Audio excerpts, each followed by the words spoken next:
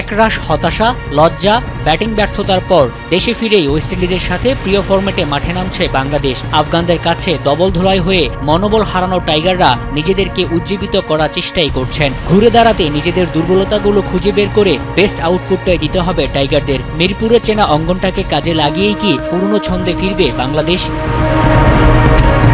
ঘরের মাঠে বরাবরই যে কোনো দলের জন্য কঠিন প্রতিপক্ষ হয়ে ওঠে বাংলাদেশ। মিরপুরের পিচটাও যে রহস্যে ঘেরা। দুর্ভেদ্য সেই পিচ নতুন করে সাজিয়ে তোলার দায়িত্ব পড়েছে টনি হ্যামিং এর কাঁধে। তবে শঙ্কা থেকেই যায় বাংলাদেশের টানা ব্যর্থতায় ঘরের মাঠের সুবিধা কি নিতে চাইবে না মেহেদী মিরাজরা। হ্যামিং এর প্রথম অ্যাসাইনমেন্টের কালো পিচ পড়তে না পারলে ওয়েস্ট ইন্ডিজকে বধ করতে সমস্যা হবে না লাল সবুজদের।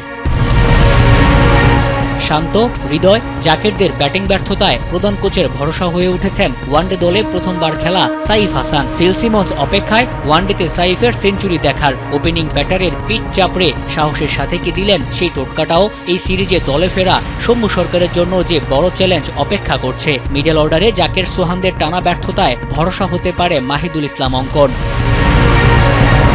চেনা মাঠে চেনা কন্ডিশনে ওয়েস্ট ইন্ডিজকে গুড়িয়ে ঐতিহাসিক স্থাপনায় উন্মোচন করা রূপালী ট্রফিটা নিয়ে উল্লাস করার স্বপ্নটা দেখতেই পারে বাংলাদেশ। তবে শুধু নিজেদের কন্ডিশনের সুবিধা নয়, ব্যাটে বলে পারফর্ম করে যে জানান দিতে হবে নিজেদের শক্তিমত্তা। তাহলে যে কেবল কেটে যাবে সমালোচনা আর উঠতে থাকা শঙ্কা।